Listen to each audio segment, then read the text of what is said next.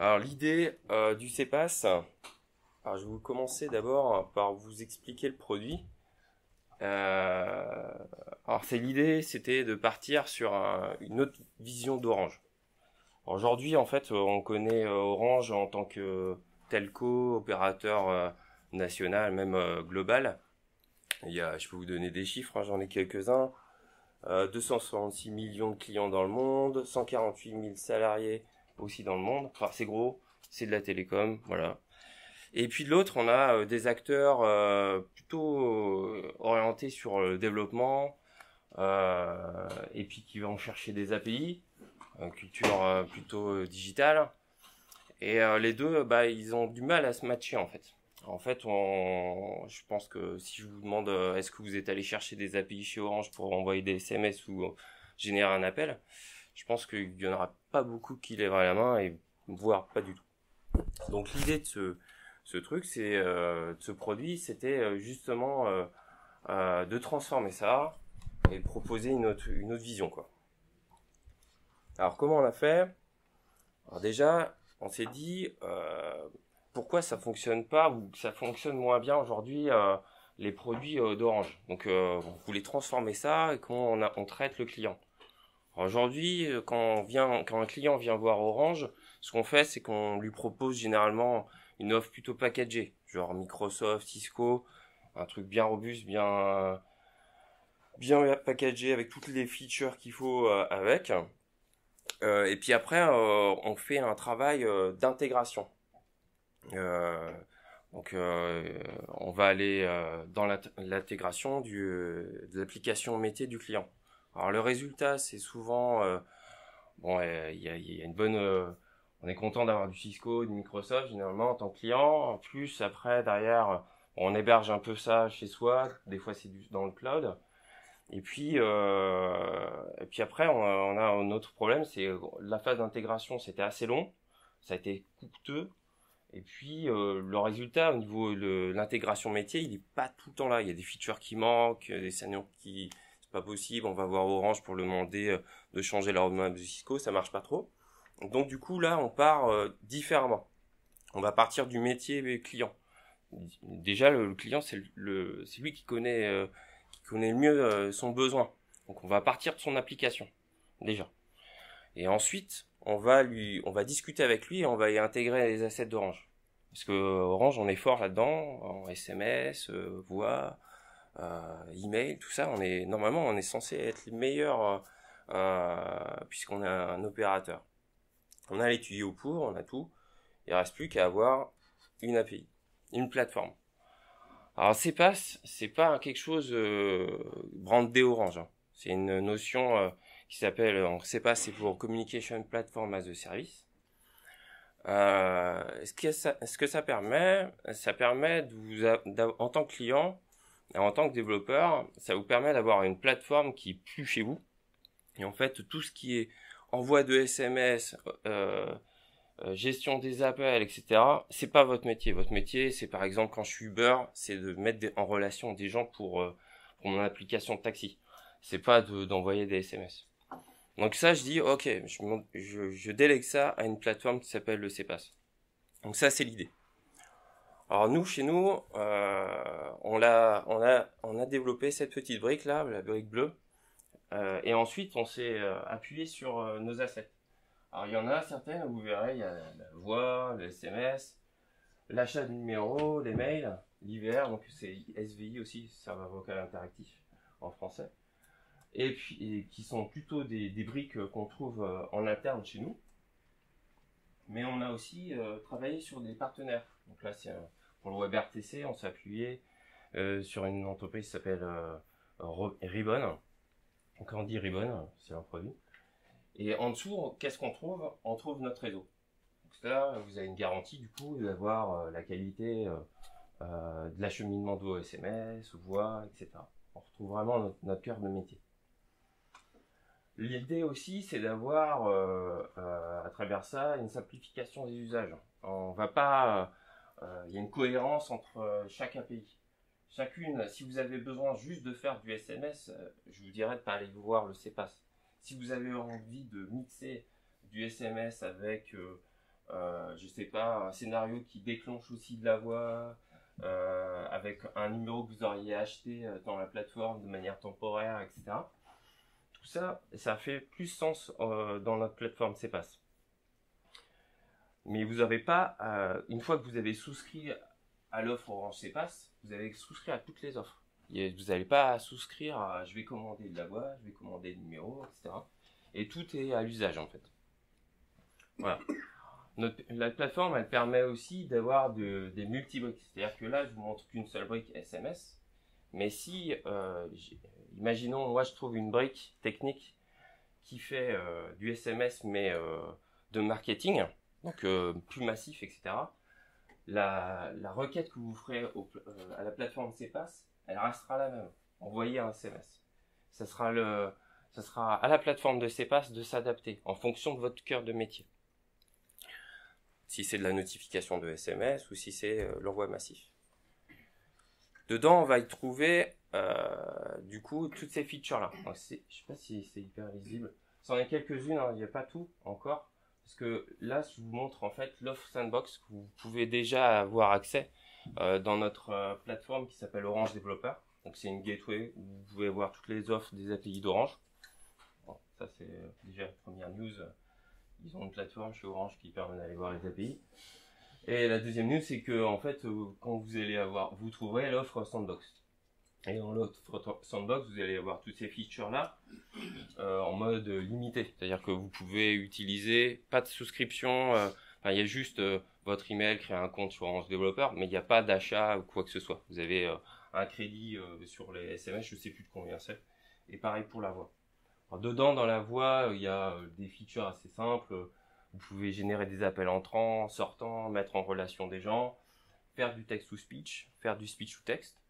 Vous pouvez aussi acheter du numéro de manière internationale, donc c'est partout dans le monde. Aujourd'hui, on n'a fait que la France, mais globalement, notre brique qui est en dessous, elle permet de les acheter partout. Alors, c'est des numéros plutôt fixes, hein, c'est pas des numéros mobiles pour le moment. Et ensuite, on a notre brique IVR dont je vous parlais, donc c'est en gros taper 1, taper 2, etc. pour déclencher d'autres features qui sont en dessous. On peut déclencher de la voix, on pourrait déclencher des scénarios SML, SMS ou même une notification email. Donc ça c'est SMS et email. SMS, on peut aussi répondre, gérer des communications des SMS entre elles. Et on a aussi la dernière Two-Factor Authentication qui vous permet en fait, c'est une authentification de facteurs. Alors c'est une brique que j'appellerais plus turnkey, donc clé en main, qui vous permet dans votre application métier de demander au CPaaS de générer un code à usage unique que vous pouvez utiliser, hein, vous pouvez même le mettre la taille que vous voulez, la durée de validité aussi. Et ensuite, vous pouvez choisir le channel que vous voulez. Vous voulez envoyer votre mot de passe client à vos clients direct en SMS, le code sera envoyé en SMS ou même en voix, en text to speech. Une fois que le client a reçu ça, dans votre fiche de souscription sur votre page mail, de votre page de votre application, dans lequel aura rentré le numéro, le client aura rentré le numéro, la personne aura juste à rentrer le code, ça aura validé la souscription totale de votre client sur votre application à travers le CPaaS. Le CPaaS va checker le mot de passe. C'est ça le two-factor. Grosso modo, c'est ça l'idée de notre produit.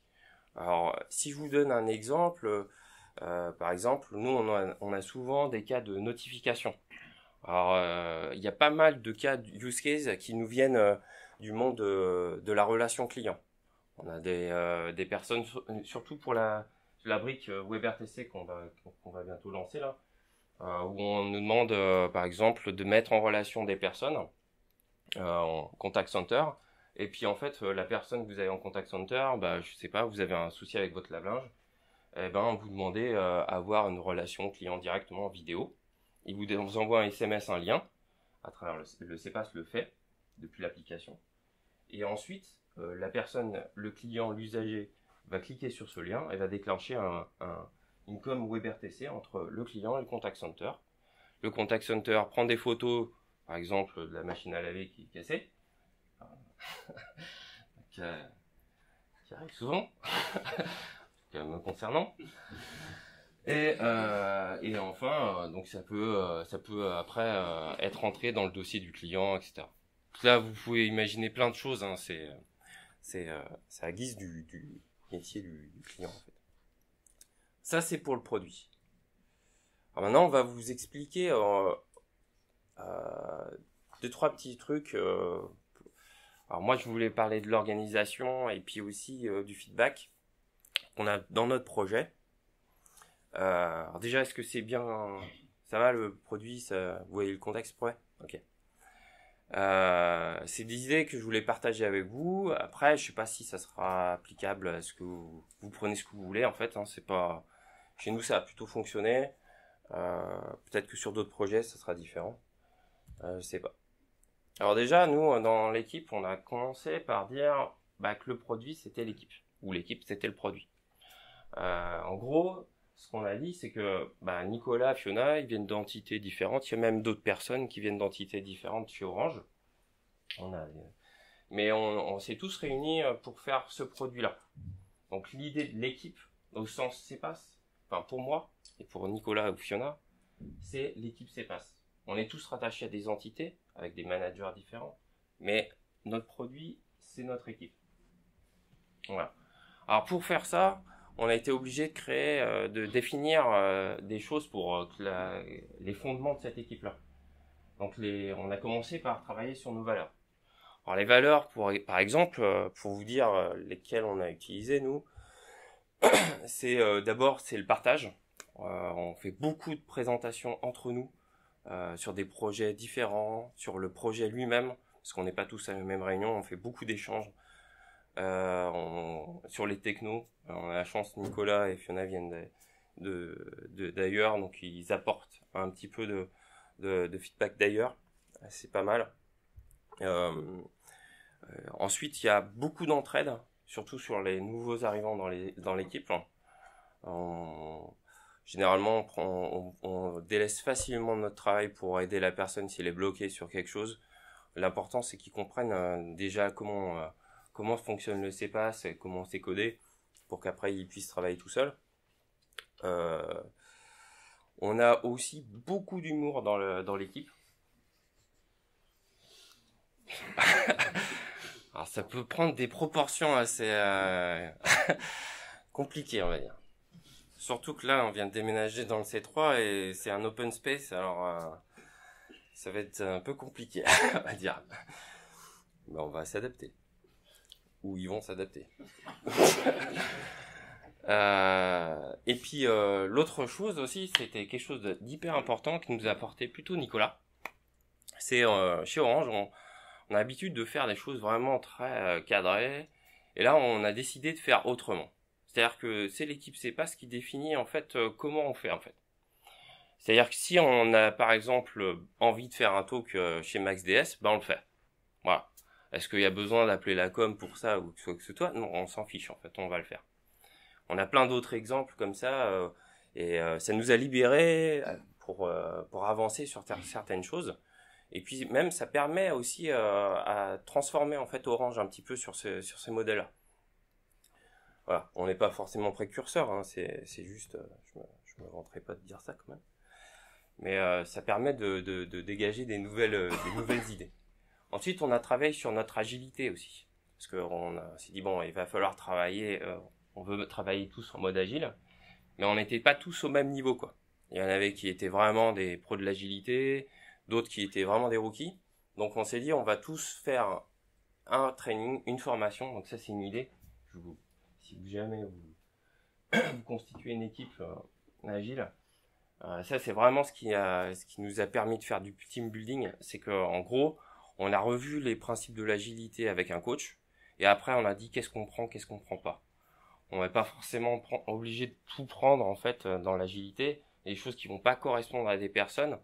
Mais l'idée c'est qu'on soit tous sur la même ligne. Une fois qu'on a mis le cadre, que ça aide tout le monde. Moi, en tant que Scrum Master, je vais gérer à ce que ce cadre soit toujours respecté. Voilà. On a utilisé beaucoup cette formation d'agilité avec le coach aussi en team building. comme petit bully. Vous êtes combien dans l'équipe? Alors aujourd'hui on est 5, 6, 7, 8, 9, 10, une dizaine. Alors on est répartis. Alors le truc qui est un peu compliqué, c'est qu'on est répartis. Tu vois, le gros de la troupe est plutôt sur Rennes. On a des développeurs, on a 2 développeurs à Caen, et puis on a notre PO qui est à Paris. Ça, c'est pas évident le côté OneRoof là, il est pas du tout présent, mais on a trouvé des astuces justement, je t'en parlerai, mais quelques outils qui permettent de pallier ça. Vous êtes à 100%, enfin vous êtes tous à 100% sur le projet, parce que vous venez de deux entités Alors, différentes, mais vous êtes à 100% sur le projet. Là, presque tous, ouais. Il y a celui qui s'occupe des tests de perf, par exemple, l'implémentation des tests de perf, il n'est pas là à 100%. Voilà. Et puis on a des intervenants DevOps qui sont pas à 100%. Alors, plutôt parce que soit c'est des métiers, soit c'est parce que c'est un consultant qu'on utilise en appui, quoi. Et puis Jean-Philippe a eu un reliquat de projet qui traînait là. Ouais, abricot, toujours d'ailleurs. Il a Un toujours son peu. abricot à traîner là. Chez Orange, il fait de l'abricot, c'est le seul.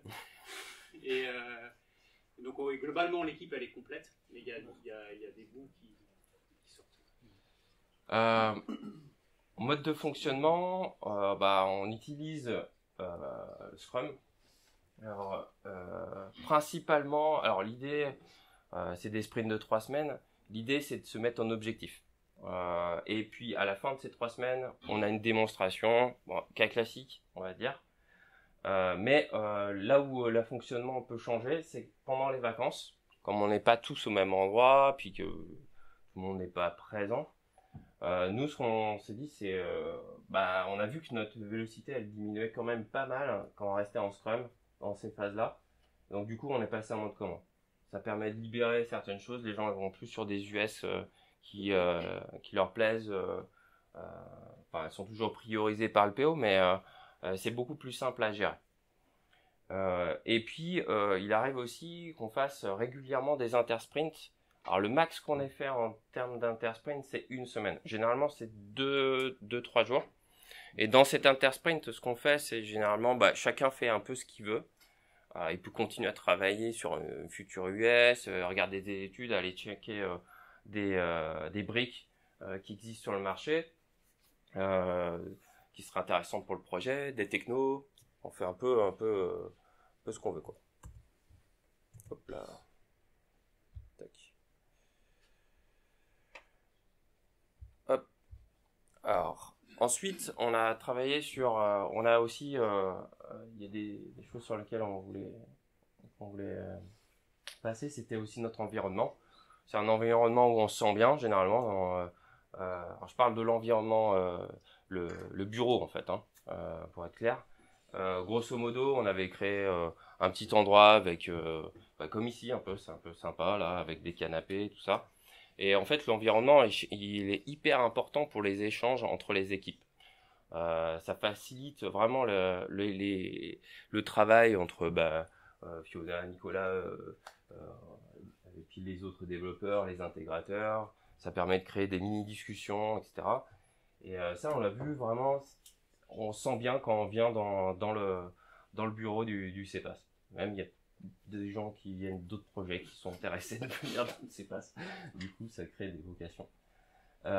L'autre outil et l'autre chose qu'on a fait, c'est qu'on a défini nos outils. Alors, par exemple, je prends le cas des mûrissements. Donc, le cas de la distance. Pour régler le cas des mûrissements à distance, on utilise Agitsu. C'est un outil que vous trouvez en ligne qui vous permet de faire des mûrissements. Donc, il y en a plein, mais c'est vraiment l'équipe qui définit ça. Et pour les nouveaux arrivants, on fait passer des entretiens. Alors, c'est pas des entretiens au sens où on va accepter la personne ou pas, parce qu'on n'a pas forcément le choix de la personne. Par contre, ce qu'elle nous permet de dire, c'est cet entretien, elle pourra dire déjà, ça va le faire ou ça va pas le faire. Par rapport à nos valeurs, par rapport à l'équipe. Et cette personne, elle voit l'ensemble de l'équipe. D'accord ? Voilà. Et ça permet aussi d'adapter, parce que on n'est pas non plus obtus, on peut très bien se dire que nouvel arrivant apporte de nouvelles valeurs. le sujet que je voulais aborder, c'était comment déclencher du feedback. Alors, pour faire des démos avec une API à la fin d'un sprint, bah c'est pas facile quand on n'a pas des devs en face de soi en fait. Alors quand on a des devs, ça va, on fait un postman et tout, on met des trucs, c'est cool. Et quand on a des PO ou même des personnes qui sont pas du tout du développement, eh ben ça parle pas. Alors il n'y a pas de feedback. Alors on fait comment? Bah ce qu'on a fait, c'est qu'on a développé une démo dans lequel on a intégré tout ce qu'on avait fait dans le sprint, toutes les features. Et là, tout d'un coup, c'était une révélation pour plein de gens. Je sais pas, mais maintenant je comprends à quoi ça sert. En fait, c'est pour intégrer des features télécom, machin, dans mon application métier. Je vois plein de use cases, etc. Et là, c'est parti. Ça a déclenché en fait la compréhension du CPaaS et en plus, ça nous permet d'expliquer les nouvelles features qu'on a. On l'a poussé un peu loin. En plus, c'est qu'on a une feature, je vous avais parlé du SMS, réponse à SMS. Ce qu'on fait au début de notre démo, c'est qu'on prend le numéro de portable mobile de toutes les personnes, on l'envoie à tout le monde, un message, et les personnes, avec ce petit... on récupère en fait les réponses des SMS des gens. Donc ils ils reçoivent un message, ils répondent à ce message en disant tiens, moi j'ai bien aimé ça, ça c'est nul, ça il faut changer, etc. Et à la fin de notre démo, une fois qu'on a terminé, on revoit ça. On l'ouvre, on regarde, et ça nous permet d'avoir notre feedback. Le dernier truc, c'est qu'il faut adapter effectivement la démo en fonction des personnes. Parce que quand on a présenté ça, j'ai marqué « Ceci n'est pas une assurance ». C'est parce que, en fait, quand on a présenté ça, il y a un gars qui nous a dit « Mais vous vendez des assurances ?» Je lui ai dit « Mais non !» Et là, je lui dis « Il n'a rien compris au CPaaS, en fait. » Voilà. On n'est pas signé de contrat voilà. Et qu'on arrive à... Bon là, il a eu un petit peu de mal à comprendre, je pense. Il aura mis dessous. Mais bon, voilà. Du coup, il faut adapter sa démo. Donc là, vous allez voir, on va adapter notre démo. Et Fiona va vous faire une démo du CPaaS pour des techs. Parce que j'ai cru comprendre, vous étiez plutôt technique. Alors on va utiliser une DSL. Voilà. Je vais laisser la place à Nicolas. Donc ok, on a vu comment était, quel était le produit du CPaaS, qu'est-ce que c'était. Là, on va voir un peu comment nous on l'a construit.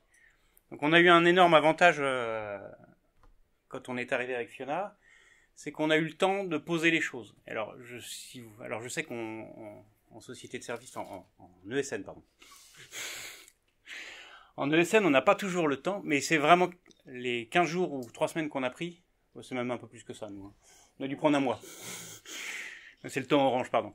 En un mois, le mois qu'on a pris, on le récupère 100 fois sur la suite, derrière. On a vraiment posé le socle. C'est-à-dire que le fameux sprint 0 d'architecture là qu'on trouve sur les projets, on en a eu un vrai et on a vraiment posé les choses. Donc la première chose qu'on a faite, ça a été de construire cette architecture. Donc on part d'un background. On avait un POC en Node.js qui avait été développé par nos confrères de Caen, qui était juste là pour prouver que ce qu'on voulait faire était faisable. Donc c'était un POC qui était en mode microservice. Donc on a repris ce qu'ils avaient fait et le découpage qu'ils avaient pu avoir fait. Et puis Fiona, elle vient de Page Jaune essentiellement, moi également. Fiona a l'expérience du Digitaléo également. Donc c'est des projets qui sont très modulaires, avec beaucoup d'agilité, avec une agilité qui est très poussée. Donc ça, on a amené ce bagage-là sur le projet avec Fiona. Et puis on a eu aussi, je connais moins quelqu'un qui est passé par le CIB, qui est qu'un monolithe, pas en agile, mais en équipe métier pur. Donc vous avez les gens qui corrigent les bugs, vous avez les gens qui... Ouais, voilà, c'est ça leur métier toute la journée. Donc on voulait absolument pas ça. Ça a été vraiment le contre-exemple. Donc tout ça, c'est le background qui est venu, qui nous a aidé à construire l'architecture. C'est pas que les gens aussi travaillent pas bien, c'est l'organisation qui est là-bas qui est compliquée. Et puis surtout, au final, ce qu'on s'est rendu compte avec Fiona, c'est que l'équipe de développeurs qu'on a récupérée pour développer le CPaaS, c'était vraiment une équipe de ninjas. C'est-à-dire que Le débutant qu'on a intégré, qui est il est quoi? Il est alternant. C'est déjà une grosse star, le gars. Voilà. Donc, l'ensemble des développeurs, c'est vraiment une bonne équipe de développeurs. Hein? Une star. Ouais, c'est une star, c'est pas une tare. Non, il est très très bon. Ça, c'est le background. Donc, la première chose qu'on a fait, c'est qu'on a posé les besoins et les souhaits. Alors, on a regardé, on avait un cahier des charges qui était très faible. Hein. C'était reprendre le POC et l'industrialiser. Donc, on est parti de ça. Ce qu'on voulait, ce qu'on a posé en premier, c'est qu'on voulait avoir un déploiement dans la demi-heure, à la mode Facebook. En gros, pas de rollback. Je pousse tout le temps. Je pousse en prod, je me rends compte qu'il y a un problème sur la prod, je fais une nouvelle version et je repousse en prod. Donc pour ça, il faut que on puisse pousser dans la demi-heure. Donc ça, c'était dans les exigences. On voulait que tout ce qu'on pousse puisse être poussé dans la demi-heure. Donc pas de rollback, jamais, que du fast-forward. On voulait également que quand on pousse en prod, il n'y ait pas d'arrêt vous savez, pendant une demi-heure, vous inquiétez pas, on venait dans une demi-heure. Non, on voulait pas de ça. On voulait que ça puisse continuer tout le temps. Et donc toute l'architecture, elle a été montée pour qu'on ait du zero downtime deployment. En permanence, on va pouvoir déployer sans que ça s'arrête. Alors on vient de chez Page Jaune, donc on voulait que ça soit au dispo. En gros, on voulait être capable d'avoir une plateforme qui soit dimensionnée pour les 5 clients qu'on a actuellement, mais qui puisse monter en charge et prendre tout ce qu'il y a, tout ce qui passe, sans que ça se voit. C'est pareil, l'architecture elle a été entièrement imaginée pour ça. Donc ça veut dire du stateless, ça veut dire plein de choses derrière. On voulait pas de cycle. Alors ça c'est un traumatisme du CIB. Avec Jérémy, un jour on s'est amusé à dessiner les cycles, enfin les dépendances entre composants. Ça prend un mur, ça prend un mur qui fait 10 mètres de long à peu près. Hein. Ça, c'est n'importe quoi. Donc on voulait pas de ça parce que on sait que si on en met un, la suite c'est foutu. Donc on se bat tous les jours, tout le temps pour qu'il y ait aucun cycle dans l'architecture. Ça c'était dans le cahier des charges. Donc ça c'est une petite. On voulait un circuit breaker aussi. On s'est rendu compte, et notamment chez Page Jaune, qu'à partir du moment où vous avez dans votre architecture quelque chose qui peut tomber, qui vous appartient pas à un de vos fournisseurs, si vous n'avez pas prévu le fait que vous puissiez tout couper tout de suite, vous explosez tout dès que vous avez de la charge. Mais vraiment tout, vous faites tomber. Donc ça, c'était des choses qu'on avait mis dans le cahier dans notre liste de souhaits dès le démarrage. Toujours dans la liste de souhaits, on voulait que chacun des modules chacun des services soit imaginé pour qu'il ait un cycle de vie complètement indépendant. Donc le fait qu'on puisse le développer, le déployer de façon complètement indépendante. Soit parce que c'était colocalisé à Caen, et puis soit parce que c'est quelque chose qui allait être déposé, puis sur lesquels on n'allait pas y toucher pendant 6 mois ou 1 an. En tout cas, les cycles de vie devaient être indépendants, et on devait pouvoir développer ça de façon totalement indépendante. On voulait du traffic manager, ça c'est un héritage Page Jaune aussi. On voulait pouvoir gérer le fait que sur une URL, sur un utilisateur particulier, sur un pourcentage de trafic, sur une adresse IP, on reroute le trafic sur une partie, sur une version du logiciel. Donc ça c'était des choses qu'on voulait pouvoir mettre en place. Et puis quelque chose qui est un pendant, avec ce traffic manager, pouvoir avoir des activations à chaud de fonctionnalités. Le fait de dire que l'utilisateur lambda qui est là-bas, donc dont l'IP est ici, ou c'est l'utilisateur qu'on connaît, il a le droit d'utiliser cette fonctionnalité alors que les autres pas. Et tout ça devait être activable à chaud. Donc c'est du feature flipping et du traffic manager. Donc ça faisait partie des cahiers des charges. Donc la conclusion de tout ça, quand on a mélangé tout ça, qu'on a fait un checker, et au final on s'est retrouvé avec une architecture microservice, une CI/CD et puis des conteneurs. Ça c'est globalement l'architecture qu'on a posée. Et ensuite, une fois qu'on a fait ça, on a posé le cadre. Qu'est-ce que ça veut dire quoi le cadre? Ça veut dire que on sait qu'il y a des choses qui fonctionnent. On voit sur certains projets, il y a des trucs qui marchent bien, il y a des trucs qui marchent pas. Et on sait que si on pose pas ces règles au démarrage, dès qu'on va accueillir des nouveaux, un cadre, c'est pas des règles, c'est plus un cadre, parce que les règles on a fait des entorses. C'est vraiment un cadre. On a dit voilà, pour pouvoir faire que l'architecture, on la développe correctement, on va rester dans ce cadre-là. Alors c'est quoi le cadre? On a dit tout service doit correspondre à une fonctionnalité. Voilà. Quand on fait du microservice, ok, c'est marqué, c'est Martin Fowler, je crois que c'est sa deuxième ligne c'est la deuxième ligne de son bouquin.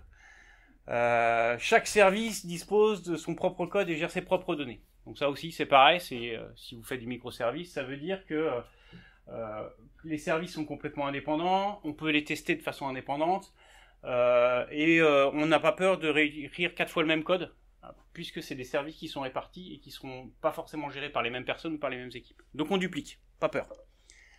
On évite de dupliquer la donnée, parce que les données sont pas au même endroit, on parle pas des données. On duplique le code sans aucune crainte. Et puis on a quand même une petite exception à ça, c'est-à-dire qu'on s'est rendu compte que il y avait des morceaux techniques, purement techniques, pas du tout fonctionnels, qu'on réutilisait partout. Donc globalement, normalement Spring doit suffire, mais il y a des morceaux qui étaient vraiment techniques donc on a fait un mini truc de base qui est utilisable un peu partout, une espèce de jar qu'on inclut. Globalement, ce truc-là, on vise à ce qu'il soit le plus petit possible parce qu'on veut pas de maintenance dessus. Ça aussi, traumatisme page jaune, ils ont un socle qui est énorme et qui est compliqué à maintenir. Et puis on a visé à l'idempotence des passes. Alors pour les moins techniques, l'idempotence, c'est le fait de pouvoir rebalancer une même requête REST et d'obtenir exactement le même résultat. Tout ça parce que comme on est sur une architecture répartie, il va falloir qu'on gère des transactions à un moment ou à un autre, même si pour l'instant on évite. Il y a forcément des transactions qui vont arriver. Et si cette transaction échoue, il faut qu'on puisse la mettre de côté pour la rejouer. Et la rejouer jusqu'à ce qu'elle passe. Donc si on la rejoue jusqu'à ce qu'elle passe, il faut que quand elle tape sur le service A, puis le service B, puis le service C, il se passe exactement la même chose quand elle retape sur le service A pour la 3e fois, puis retape sur le service B pour la 3e fois, etc. Donc on a visé à ce que tous nos passes soient idempotents. C'est pas facile toujours ça. Et puis je vous ai dit, traumatisé par le CIB, on ne voulait pas de dépendance circulaire. C'est quelque chose qui était important.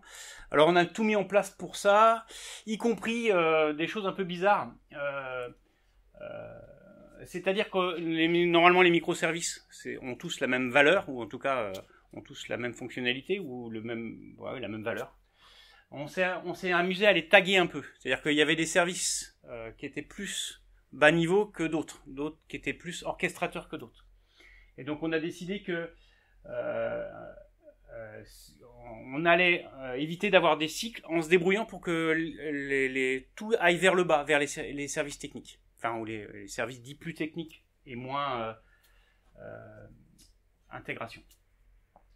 La première chose qu'on a fait également pour éviter d'avoir des dépendances, c'est qu'un référentiel, quel qu'il soit, donc que ça soit un référentiel, une base de données, un silo de données, ou une API sur laquelle on va s'appuyer chez nos partenaires, il est uniquement adressé par un seul microservice.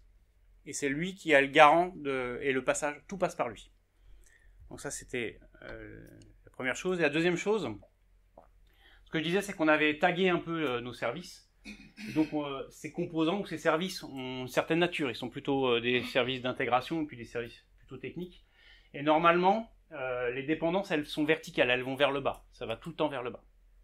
Donc j'ai mis même nature entre guillemets et jamais parce que bon, il y a une ou deux entorses. Ce qu'on est reparti aussi également, ça on a beaucoup réfléchi à ça, c'est comment est-ce qu'on fait nos microservices. Donc on a posé une architecture en hexagone. Alors c'est pas totalement en hexagone, mais c'est très inspiré de l'hexagone. Je rappelle vite fait, les hexagones, c'est que toutes les dépendances vont vers le domaine. Donc on se débrouille. Il y a, vous avez les applications, les domaines, infrastructures, c'est les trois. Enfin, l'application, c'est ce qui rentre, et l'infrastructure, c'est sur quoi ça s'appuie. Et vos interfaces sont définies à l'intérieur du métier. C'est le métier qui dit de quoi il a besoin. Et ensuite, il y a des adaptateurs qui vont nous permettre que toutes les dépenses aillent vers le métier. Donc ça vous permet, vous, de ne pas toucher à votre métier et d'être indépendant de ce qu'il y a autour. Globalement, c'est respecté dans la plupart des modules. On est très orienté comme ça, puis il y a des petites entorses de temps en temps. Est-ce que c'est fait par package ou par module? Bon, c'est plus... bon, mais c'est juste du détail. On a vraiment visé et parti d'une architecture orientée hexagone. Alors, ce que ça donne, en gros, ce que vous a montré Jean-Philippe tout à l'heure, c'est que ça, c'est les assets sur lesquels on s'appuie. Donc, la plupart sont des assets Orange. Et puis, il y a un qui n'est pas un asset Orange, qui est Candy. Parce que la brique WebRTC Orange, elle n'était pas mûre à notre sens. Et puis, on a en face tous les microservices qui correspondent et qui gèrent. Donc, vous voyez, c'est des microservices très fonctionnels. Et les dépenses, elles vont vers le bas. On s'est fendu d'une gateway, donc c'est Zool qui joue le rôle de la gateway. Et puis, qui va nous permettre de gérer les versions, de gérer tout ce qu'on veut ajouter, la sécurité, etc. Non, il n'y a pas de cycle. Et quand bien même on a vu apparaître des choses qui auraient pu être cycliques, on les a plus ou moins résolues avec le Rabbit en émettant des messages. Alors, Fiona a dit que j'ai pas le droit de dire ça, mais c'est pas vraiment.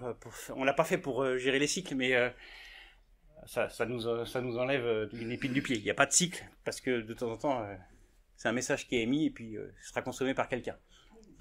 Je l'ai dit quand même. Je trouve qu'il n'y a pas de cycle grâce à ça. Voilà, qu'est-ce que ça donne? Alors, l'architecture technique. Donc, on a dit qu'on mélangeait notre wishlist, qu'on mélangeait le cadre qu'on avait posé, l'espèce d'architecture qu'on avait déduit, microservices, CI/CD, des conteneurs. On a pris les 12 factors, on a pris du DevOps. Et puis, on a lu tous les articles de Martin Fowler au début. Enfin, franchement, beaucoup, les confs, tout ça, et ça donne ça. Ça donne un truc qui est basé en Kotlin avec du Spring, puis du Gradle. Il y a quelques modules en TypeScript. La code base est chez nous dans un GitLab qui est Orange. Toute la partie test, elle est assurée par du Mockito et du Unit 5. Tout ce qui est test, et puis pour le TypeScript c'est du Mocha. Tout ce qui est test fonctionnel et d'intégration. Alors d'intégration et fonctionnel, parce que les tests fonctionnels sont pas tout à fait arrivés, c'est du karaté. Fiona elle vous détaillera ça un peu tout à l'heure. Et puis tout ce qui est test en charge, c'est assuré par du Gatling. Donc on a un gars qui fait que ça, qui nous montre une plateforme, ça nous rend, on clique, ça monte une plateforme, ça bombarde et puis ça nous renvoie un rapport.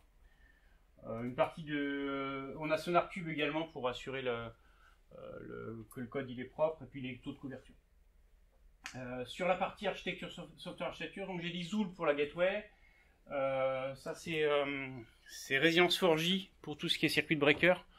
On a repris celui-ci parce qu'il y en avait un on a pris celui-ci parce qu'il c'était le plus simple de tous, qui fait le boulot. Du Mongo. Pas de base de données relationnelle, aucune. On se bat pour. Du Rabbit, toute notre sécurité est assurée avec du JWT. Et puis on est RESTful, où on pense qu'on l'est. Ouais, si on l'est. Si on a été audité par. Donc on l'est.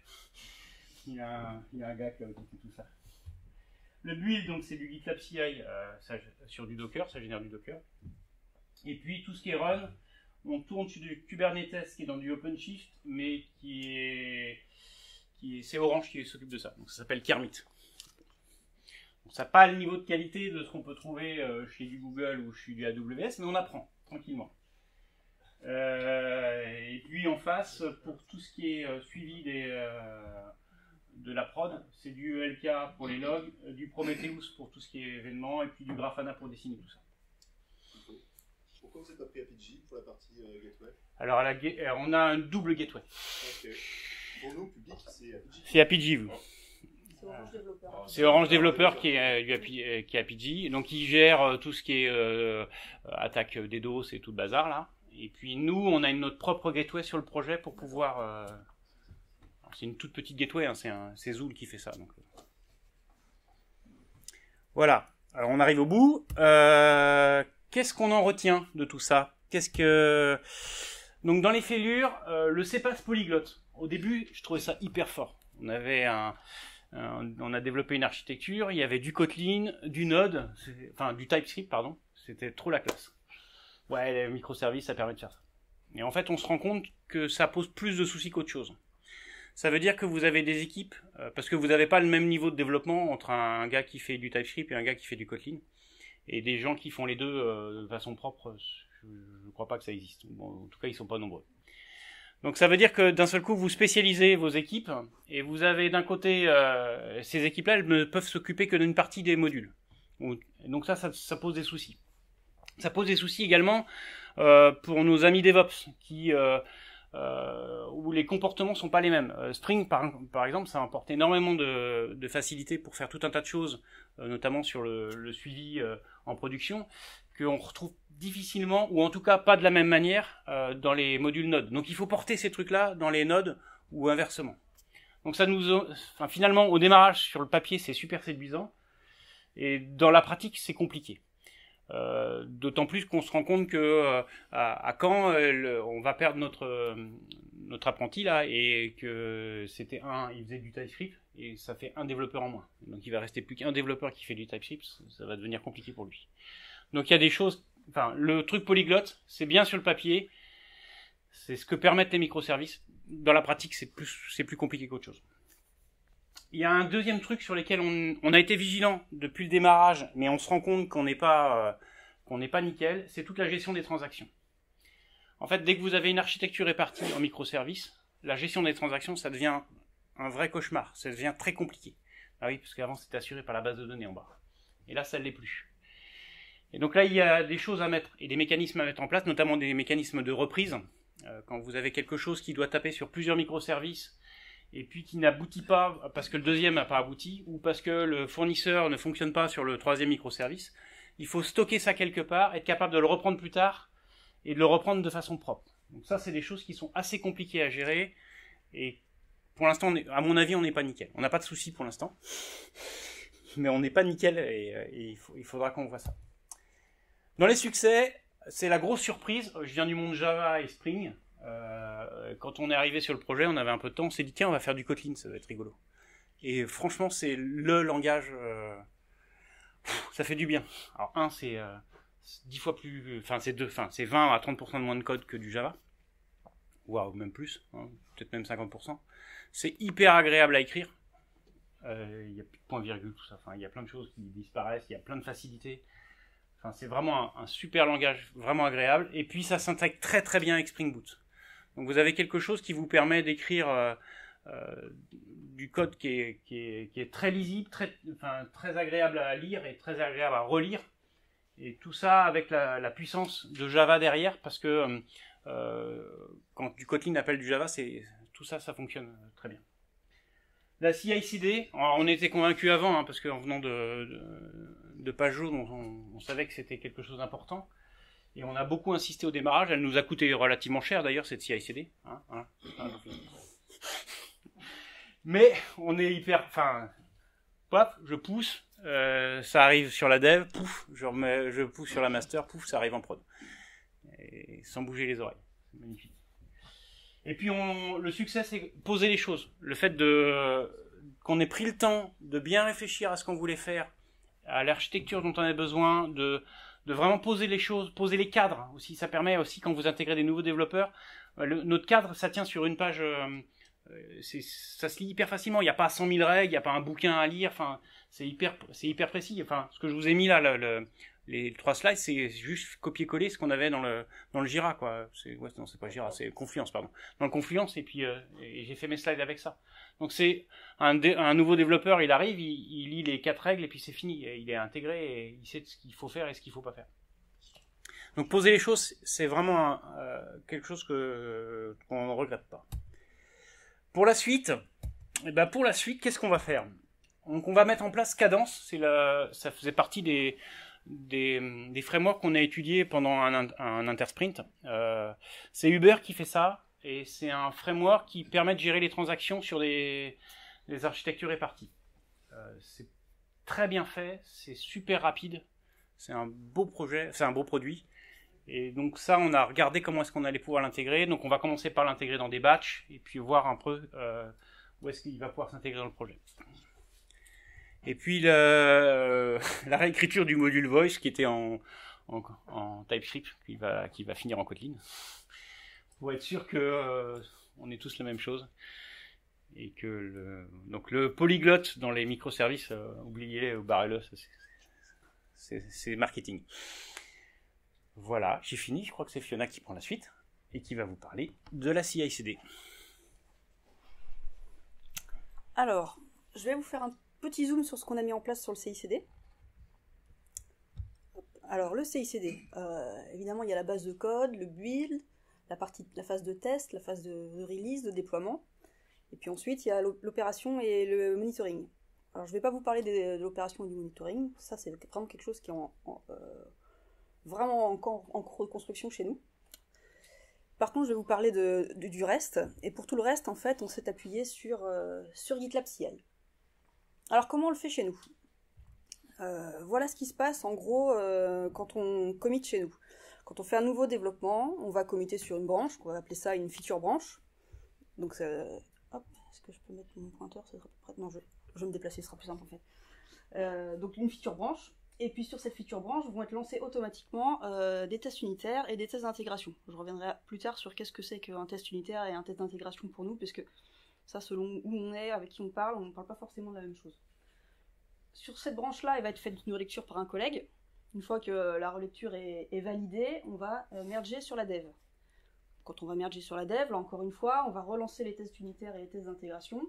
Et si tout ça c'est OK, il va y avoir un tag qui va être généré automatiquement. Sur ce tag, pardon, on va construire le livrable, en fait, on va construire un jar, une image, et déployer en dev. Donc en fait, ici, on voit qu'on fait la release tout de suite, avant même d'avoir fini la phase de test. En fait, c'est une release candidate. C'est pas parce qu'on fait une release qu'elle va arriver en prod, mais elle est réalisée. Et si cette release est validée sur les tests qu'on va faire après, on n'a pas aucun doute sur le fait qu'on peut la pousser en prod. On va pas créer une release plus tard, qui risquerait d'avoir embarqué des choses sans qu'on s'en rende compte. Elle est faite, elle est figée. Voilà, donc en fait, sur la création du tag, on va donc builder l'image Docker et la déployer sur la plateforme de dev. Là, après, aujourd'hui, on en est encore sur des phases de test manuels pour la partie test fonctionnel et test end-to-end plutôt. Et puis, une fois qu'on est confiant sur cette intégration sur notre plateforme de dev, on va pouvoir merger la dev sur la master, ce qui va déployer automatiquement en production.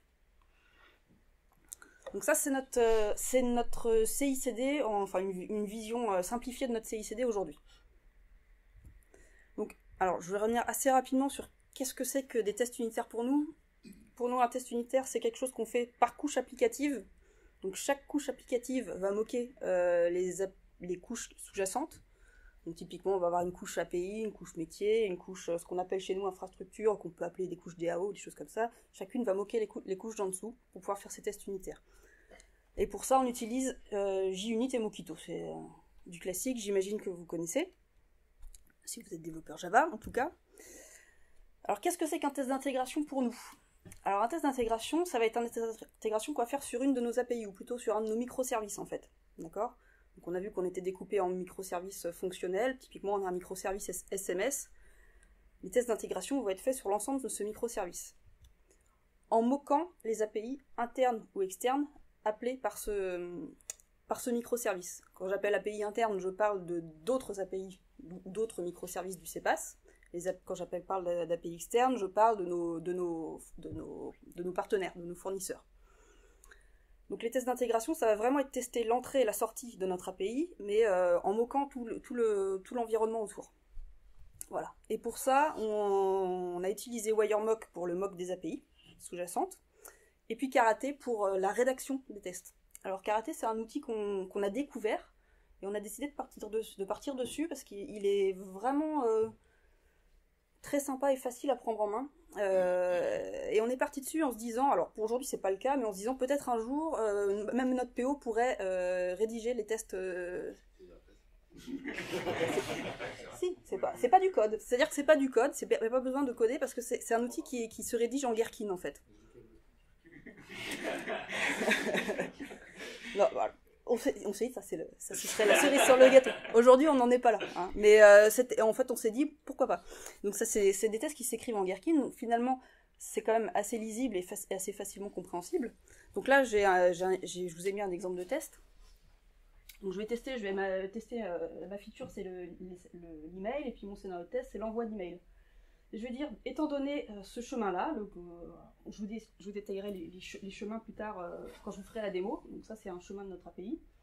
Étant donné ce header là, donc on voit que je passe un token d'authentification, et ce body là, donc ça c'est le body pour créer un email, pardon, genre je mets un from, je mets voilà, un mail, un email.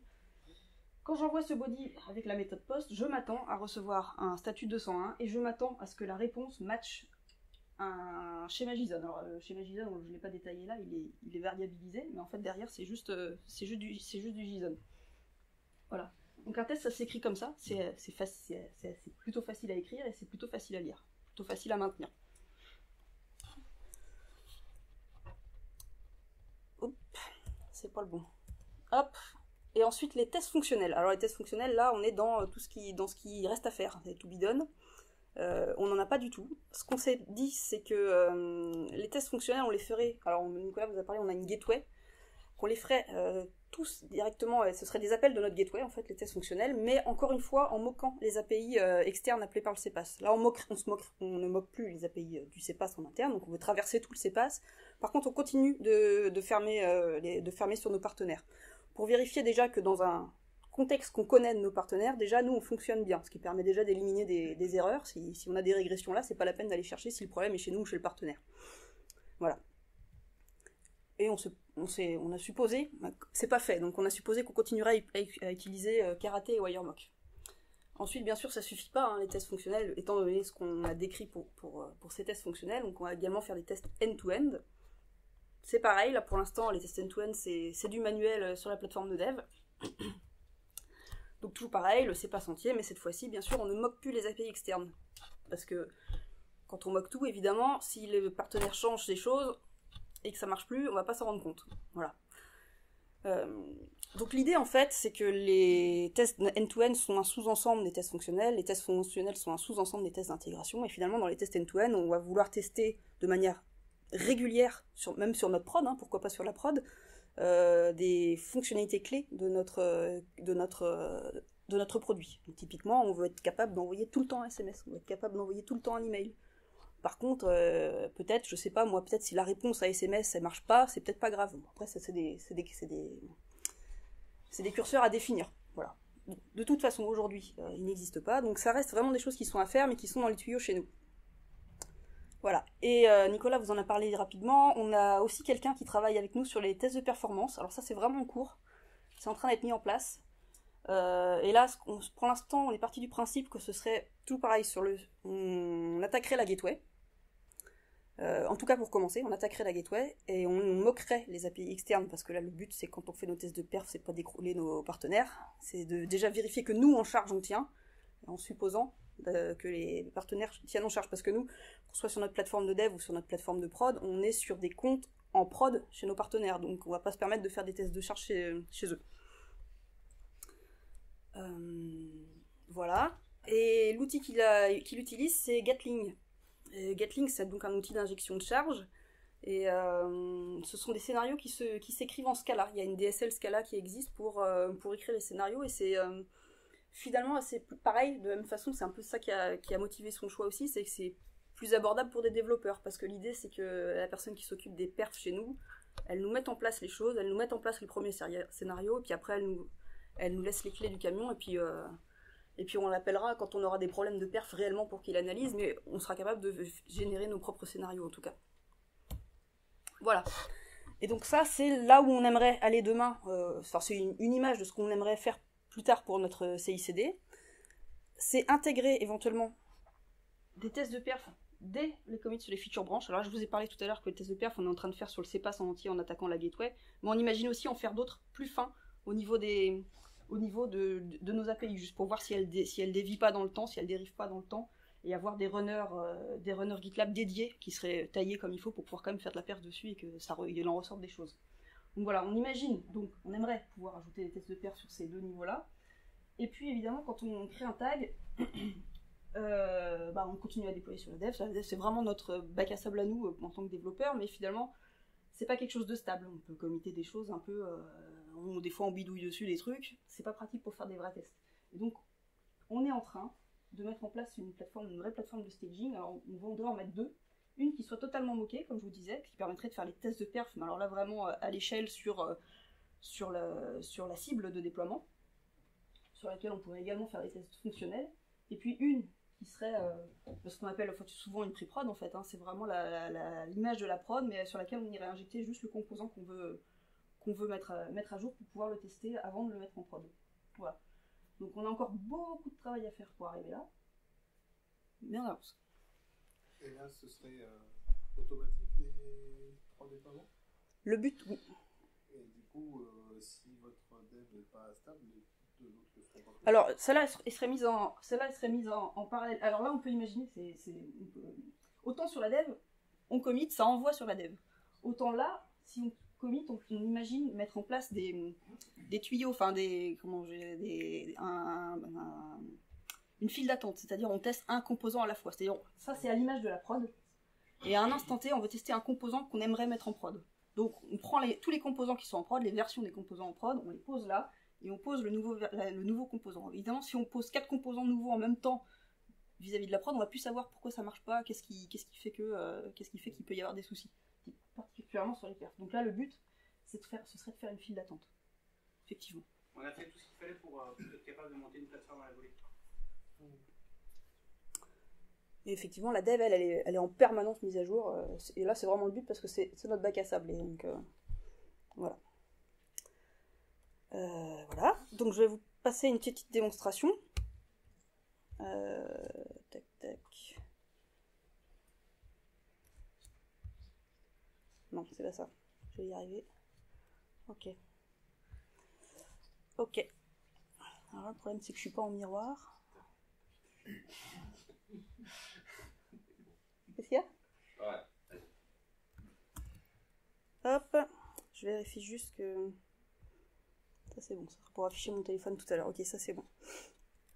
Alors, je sais pas si vous connaissez l'outil Jupyter, il est plutôt connu dans le monde de Python, qui permet de jouer du code dans une page web finalement. Et en Python, c'est même très poussé, il y a vraiment l'autocomplétion et tout. Et il se trouve qu'il existe un module en Kotlin aussi qui permet de faire ça. Et donc on a décidé de faire une démo qui s'intégrerait, qui pourrait se jouer dans ces pages. C'est pratique pour nous pour faire nos démos, mais même quand on veut faire un test rapidement d'une fonctionnalité. Typiquement là, j'avais mon intégrateur à côté de moi qui faisait des mises en prod, où on changeait la façon de mettre en prod ces derniers temps, et il me demandait à chaque fois, tu veux pas tester que ça fonctionne bien que le SMS fonctionne bien? Moi j'utilisais cette page-là, et puis j'avais mes 4 tests déjà écrits dedans. Voilà, alors, avant de faire la démo, je vais vous expliquer un petit peu comment s'articule le CPAS. Quand on va rentrer dans le CPAS, on va manipuler 3 notions qui sont l'entreprise, l'application et puis l'utilisateur. Donc l'entreprise, c'est juste un container, c'est un tenant dans lequel on va pouvoir configurer les usages de CPAS. Donc dans ce tenant, on va déclarer en fait des applications. Les applications, ce sont des comptes machines, ce sont elles qui vont générer l'usage du CPAS. Ce sont elles qui vont envoyer les SMS, les emails, faire des mises en relation, de la voix. Puis ensuite, il y a la notion d'utilisateur. Lui, ça va être vraiment l'administrateur l'administrateur de l'entreprise éventuellement, en tout cas la personne qui va pouvoir configurer les choses, donner des droits à d'autres personnes pour aller voir et configurer le tenant, aller voir, je sais pas moi, ses quotas d'utilisation, des choses comme ça. Donc de ces deux notions-là découlent 3 rôles. On a le rôle application, qui est le pendant vraiment de l'application, d'accord? Donc là, le rôle application, comme je disais tout à l'heure, c'est un compte machine. Et puis on a 2 rôles utilisateurs. Alors, celui qui est vraiment mis en avant aujourd'hui, c'est l'admin d'entreprise. C'est comme je disais, c'est vraiment un compte utilisateur qui permet d'administrer son entreprise. Et puis, c'est également un développeur, sachant qu'un développeur peut avoir certains droits sur les applications, pouvoir configurer des envois d'SMS automatiques ou des choses comme ça. Voilà. L'enterprise admin, lui, il a des droits supplémentaires pour pouvoir donner des accès justement à des développeurs sur ces applications. Donc en gros, un utilisateur peut être administrateur d'une entreprise, donc il va pouvoir voir l'entreprise et l'ensemble de ses applications, mais il peut également avoir des droits et donc être développeur d'une application en particulier. Il ne pourra pas voir tout ce qui est au niveau de l'entreprise, mais il pourra gérer son application. Alors, du coup, on vous en a parlé tout à l'heure, on est exposé aujourd'hui, on a une sandbox qui est exposée sur Orange Developer. Je vais vous faire un exemple de souscription sur Orange Developer, même si je ne pourrais pas y aboutir, parce que je ne suis pas sur le réseau interne et que je ne pourrais pas valider ma demande. Mais en gros, quand on fait une souscription sur Orange Développeur, on souscrit au CPaaS, ce qui va être créé chez nous CPaaS, on va vous créer votre compte utilisateur, on va vous créer votre entreprise et on va vous créer votre application. D'accord ? Et sur la création de votre compte utilisateur, d'ailleurs, vous allez recevoir un email pour pouvoir mettre un mot de passe sur ce compte utilisateur. Voilà. Donc, je vais juste vous montrer comment on fait pour... comment ça s'articule chez Orange Développeur. Donc là, je suis connectée avec mon compte. On va sur mes applications.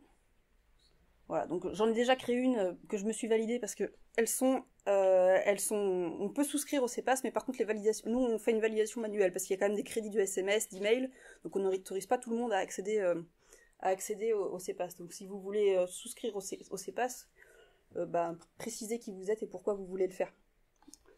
Voilà.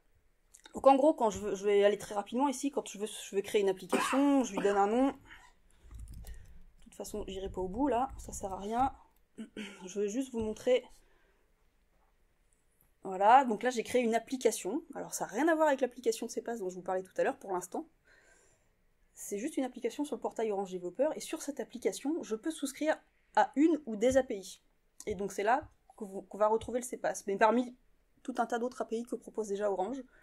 Et donc la sandbox, elle est ici. Voilà. Je vais pas plus loin parce que je pourrais pas aboutir à la validation de ma demande. Mais en gros, du coup, une fois que j'ai mon application, je peux aller la voir ici. Et donc, le fait d'avoir souscrit, donc là on voit que j'ai souscrit à l'offre CPaaS Sandbox. Là, les trois objets dont je vous parlais tout à l'heure, le compte utilisateur, le compte entreprise et l'application, ont été créés sur le CPaaS. Une fois que la validation a été faite, on n'est pas appelé avant. D'accord ? Donc là, j'ai un compte utilisateur sur le CPaaS. J'ai également un Client ID, Client Secret, et je vais en avoir besoin pour pouvoir faire ma démo.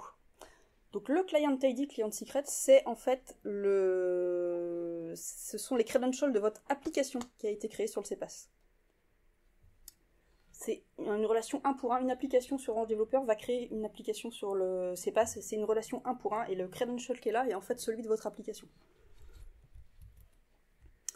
Alors, non, c'est pas un alt tab. Tac, je reviens. Donc ici, je vais donc configurer mon application, donc le Client ID, Client Secret. Alors je me les suis notés ici, mais on peut les retrouver ici. Tac. Ça doit bien être les mêmes normalement. MSUZ, machin. Voilà, MSUZ. Bon, je vais les copier-coller ici, ça ira plus vite, ça m'évitera de faire des switches d'écran. Client ID. Client Secret. Comme je vous disais tout à l'heure, on crée aussi un compte utilisateur. Donc là, j'ai déjà mon compte utilisateur. J'ai mis les credentials en variable d'environnement pour me les garder bien privés. Et par contre, ce que je ne connais pas encore, c'est l'application et l'application ID et l'enterprise ID. Ça, c'était pas des choses qui étaient notées côté Orange Développeur. Et donc là, ce que je vais faire, c'est que je vais demander au CPaaS. Donc, je vais dire, CPaaS, donne-moi les entreprises pour mon utilisateur. Mon utilisateur, c'est ce couple-là. Donc on voit que mon username, c'est FleMontréal, et puis j'ai un mot de passe. Donc je vais interroger le CPaaS pour lui demander la liste de mes entreprises. Tac, j'ai déjà fait peut-être. Voilà. Voilà, donc on voit l'appel qui est fait ici. Et puis on voit la réponse. Donc j'ai une liste d'entreprises. Bon, dans ma liste d'entreprises, je n'ai en fait qu'une entreprise. Elle s'appelle FleMontréal Enterprise. Elle a un identifiant. Elle a un administrateur, c'est moi-même. Et puis elle a deux applications. Ce sont les deux applications qu'on voyait tout à l'heure sur Orange Développeur. Si on regarde bien le Client ID, alors il y a un des deux qui va être le bon, qui termine par 0O. 0O, c'est celui-là, c'est cette application-là. Donc l'identifiant de mon application, c'est celui-là. Tac. Hop, et puis l'identifiant de mon entreprise, hop, il est là. Alors ces deux identifiants-là, ils sont importants parce qu'en fait, ils vont définir tous les appels qu'on va faire sur le CPaaS. Je vais vous les montrer après. Donc là, je configure mon application, mon entreprise et mon utilisateur. Là, c'est bon. Tout est bien configuré, je vais pouvoir faire des appels. Alors, je vous disais tout à l'heure, en tant qu'utilisateur, on ne va pas pouvoir envoyer des SMS, des emails, choses comme ça c'est dédié aux applications. Par contre, on va pouvoir suivre ses usages. Par exemple, je vais pouvoir demander au CEPAS, donne-moi le quota pour les admins de mon entreprise en tant qu'utilisateur. Je lui demande, donc là on voit, pour mon entreprise, donne-moi la configuration du nombre d'admins autorisés. Donc on voit que, alors moi j'ai une configuration particulière, j'ai le droit de mettre autant d'admins que je veux sur mon entreprise, d'accord ? Dis-moi combien d'applications sont autorisées pour mon entreprise. J'ai le droit d'en mettre autant que je veux aussi. C'est pour ça que j'ai pu souscrire 2 fois au CEPAS sur Orange Développeur. Par défaut, vous ne pourrez pas souscrire 2 fois au CEPAS. Là encore une fois, c'est des limitations qu'on a mis, on est en sandbox. Et vous pouvez souscrire qu'une fois. Si vous souscrivez une deuxième fois, il y aura une erreur en fait. Moi je peux parce que je suis en configuration illimitée. Voilà. Et puis on va pouvoir demander, donne-moi le nombre de SMS qui sont autorisés pour mon application. Donc on voit que quand on crée une application, on a le droit à 500 SMS. Et que là, il m'en reste encore 500 parce que je n'ai jamais utilisé mon application. Pareil pour les emails. Combien d'emails j'ai le droit d'envoyer? J'ai oublié de vous détailler. Si on regarde ici, là, tout à l'heure, on était sur l'utilisateur. Donc, non, même peu importe. Là, on était sur... Tout à l'heure, je demandais des quotas pour l'entreprise. Combien d'admins il y a le droit d'avoir sur mon entreprise? Combien d'applications il y a le droit d'avoir sur mon entreprise? Là, je suis descendue au niveau application. Combien d'emails a le droit d'envoyer mon application? Et là, si on regarde l'API, l'URL de l'API, on retrouve le pass sur l'entreprise, et en dessous, on ajoute le pass de l'application. Donc, toutes nos URL sont toujours comme ça. Même si on est en tant que l'application, on doit toujours remettre ce pass-là. Les passes sont toujours les mêmes, d'accord? Et donc là, comme je veux le quota pour mes emails, je mets mon entreprise, mon enterprise ID, mon application ID, et je demande la configuration des quotas d'email. Donc là pareil, on voit que j'en ai droit à 1000 et qu'il m'en reste 1000 parce que j'en ai pas encore consommé. Voilà, et pareil, combien de numéros de téléphone j'ai le droit d'acheter? J'ai le droit d'en acheter 3. Voilà. Donc si on affiche ça rapidement, hop, bon bah c'est pareil, on voit qu'on n'a rien consommé en SMS, en email, ni en numéro de téléphone acheté. Donc maintenant, ce qu'on va faire, c'est qu'on va quand même prouver que le CEPAS sait faire des choses. Ça sera intéressant. Donc, on va demander au CEPAS d'envoyer un SMS. Je vais me l'envoyer à moi-même. Et puis, je vais vous l'afficher sur mon écran. Hop. Comme ça, tout le monde pourra voir. Hop. Je vais pas se mettre au premier plan. Là, voilà. Ah, j'ai perdu ma souris. Hop. Donc, CEPAS... envoie-moi un SMS dont le texte sera Hello from AXDS. Donc encore tout pareil, c'est l'application qui envoie le SMS là, cette fois-ci. Tout à l'heure c'était l'utilisateur qui faisait des requêtes, là cette fois-ci c'est l'application qui fait des requêtes. Donc là c'est le token de l'application qui est utilisé. Donc l'application, même si c'est sur l'application, j'ai une réunion, elle doit quand même repréciser tout le chemin. Ça ferme, je vais le fermer parce que ça va être... Hop, excusez-moi. Et donc le contenu du body est tout à fait simple. On donne une liste de destinataires, donc là j'ai mis qu'une personne, et puis le texte qu'on veut envoyer. Et donc si je vous affiche mon téléphone maintenant, hop, voilà, normalement j'ai reçu un SMS. Voilà, tac. Voilà, avec tous les tests que j'ai fait ce matin. Voilà. De la même façon, on va pouvoir demander au CEPAS d'envoyer un email, donc on va pouvoir définir une liste de destinataires, un body en HTML, un sujet, un from et un reply to éventuellement. Donc je m'envoie, je suis pas dedans, voilà, je m'envoie un SMS, tout pareil, le pass comme d'habitude, sauf que cette fois-ci au lieu de requêter la ressource SMS, on requête la ressource email. On voit que le body que j'ai envoyé est très simple. Et puis, du coup, tac, mon email, j'ai dû le recevoir. Hop, hop, voilà. 13h. Oui, parce que j'ai cliqué 2 fois. J'ai cru que ça n'avait pas fait tout à l'heure, mais bon, bref. Voilà. Donc j'ai reçu mon email.